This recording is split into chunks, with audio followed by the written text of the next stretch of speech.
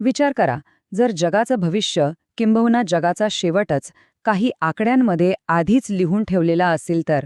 आज आपण बायबलमधल्या एका भविष्यवाणीच्या अशाच एका खास विश्लेषणावर नजर टाकणार आहोत.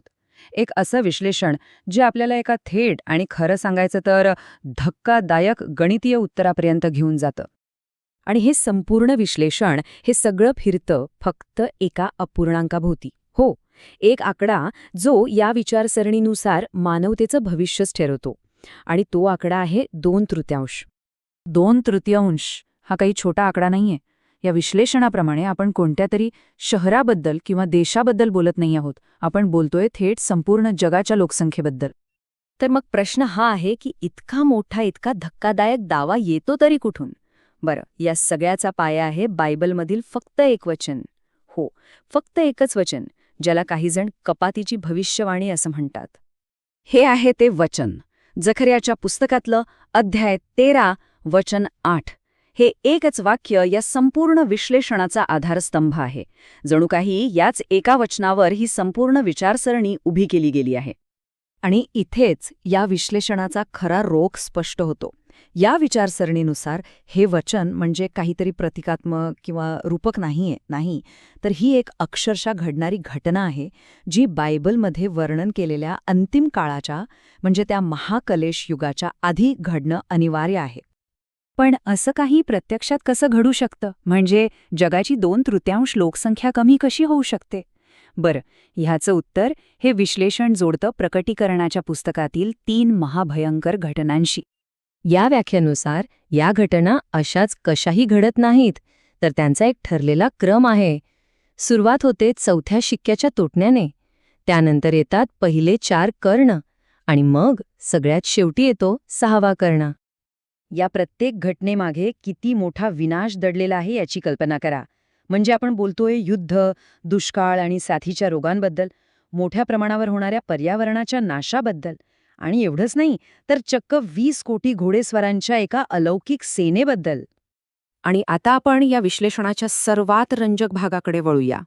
ते म्हणजे याचं गणित. इथेच प्राचीन भविष्यवाणी आणि आजच्या जगाची आकडेवारी यांची सांगड घातली जाते. या पद्धतीला आपण सोप्या भाषेत भविष्यवाणीचं गणित म्हणू शकतो. हा एक खास दृष्टिकोन आहे जिथे प्राचीन ग्रंथांमधले आकडे उचले जातात आणि ते सध्याच्या लोकसंख्येवर लावून बघितले जातात की त्याचा परिणाम काय होईल.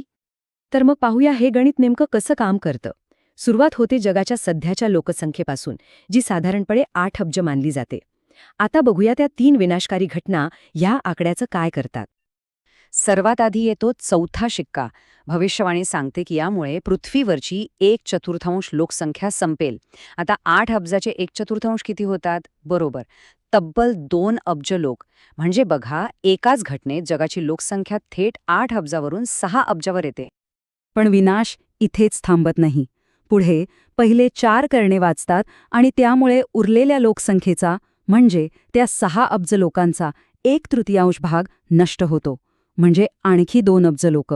आता आपण आलो आहोत 4 अब्जवर. आणि मग येतो शेवटचा घाव, 6वा कर्ण.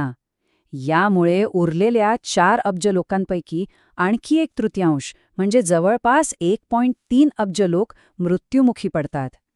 ह्या सगळ्या विनाशकारी घटनांनंतर पृथ्वीवर वाचतात फक्त साधारणपणे 2.7 अब्ज लोक. हे अंतिम आकडे खरंच मन सुन्न करणारे आहेत. 5.3 अब्जापेक्षा जास्त मृत्यू आणि फक्त 2.7 अब्ज वाचलेले. ह्या व्याख्येनुसार हे जग आपण ओळखूसुद्धा शकणार नाही, इतकं बदललेलं असेल. तर मग ह्या उद्ध्वस्त जगात पुढे काय होतं? जे काही मोजके लोक वाचले आहेत त्यांचं भवितव्य काय? या व्याख्येनुसार हा शेवट नाहीये, उलट ही एका नव्या आणि तितक्याच भयंकर अध्यायाची सुरुवात आहे. असं मानलं जातं की ही वाचलेली लोकसंख्याच एका नवीन जागतिक सत्तेचा उदय पाहील. आणि इथूनच बायबलमधील भविष्यवाणीच्या अंतिम टप्प्याला सुरुवात होते. तर ह्या प्रचंड लोकसंख्या कपातीनंतर नेमकं काय घडणार आहे? ही विचारसरणी एका विशिष्ट घटनाक्रमाकडे बोट दाखवते. हा क्रम कसा उलगडतो ते बघा. लोकसंख्या कमी झाल्यामुळे एक जागतिक सरकार, ज्याला श्वापदाची व्यवस्था असंही म्हटलं जातं, ते सत्तेत येतं. हे सरकार महाक्लेश नावाच्या 42 महिन्यांच्या छळाच्या काळाची सुरुवात करतं आणि त्याचा शेवट होतो श्वापदाचं चिन्ह म्हणजेच त्या 666 या चिन्हाच्या सक्तीने. आणि हाच मुद्दा या संपूर्ण विश्लेषणाचा केंद्रबिंदू आहे. त्यांच्या युक्तिवादानुसार हा क्रम पक्का आहे, तो बदलू शकत नाही. जोपर्यंत जगाची 2/3 लोकसंख्या नष्ट होत नाही तोपर्यंत महाक्लेश आणि श्वापदाचं चिन्ह ह्या गोष्टी सुरूच होऊ शकत नाहीत. आणि हे सगळं आपल्याला एका शेवटच्या आणि महत्त्वाच्या प्रश्नावर आणून सोडतं. जेव्हा आपण प्राचीन ग्रंथांना आधुनिक आकडेवारीच्या चष्म्यातून बघायला लागतो तेव्हा वर्तमानाकडे आणि भविष्याकडे पाहण्याचा आपला दृष्टिकोन नेमका कसा बदलतो? हा एक खरंच विचार करण्यासारखा प्रश्न आहे.